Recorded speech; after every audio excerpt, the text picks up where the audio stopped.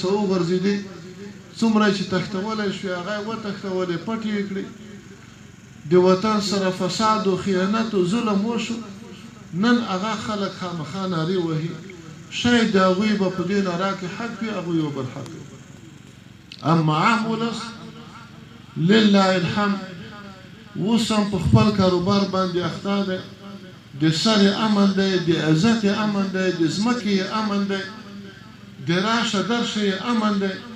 د دې نه اضافه که ته غواړې چې د ما د رزق خاوند هم ته شه د ما رزق هم ته شه زه به په کور کې ناست وم ته راته پیسې ګټه ته ما ته غنم او جوار رالیږه زه وایم دا نه د منطق دی نه د عقل فیصله ده نه د دین فیصله ده نه د دنیا د عنعناتو فیصله ده هر څوک باید کار وکړي چین ته مونږ لاړو د چین تقریبا خلک وایي د 1 میلیارد نه زیات نفوس دی شاوخوا تاسې په الله باور وکړئ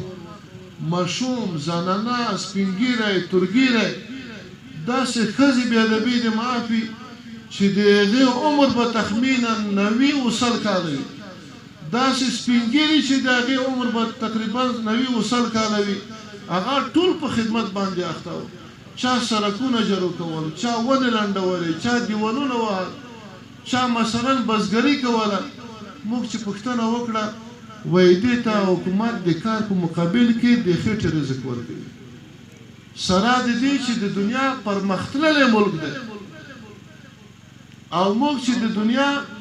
تقریبا د دنیا د اسبابو په لحاظ باندې پاتې خلک یو بیا چې هم یو چاته د کار په مقابل کې ووایو وایي سر مې خوږېږي پښې مې خوږېږي دماغو کې مې ډز شوی دی نه تېره کوه بیا که د 5 د لسو سره کومک وکړي هغه خو نه وي هغه 100 نور را خبروي وایي رضا ولایت کې غوا ننګه ده هلته پیسې راغلي دي مرستې راغلي دي کار مه کوه مزې وه غرض مې دا دی وروڼو بښنه غواړم خبرې مې اوږدې کړې د دې حالت شکر ادا کړئ دا په ځان باندې واجب وګڼئ د الله شکر ادا کړئ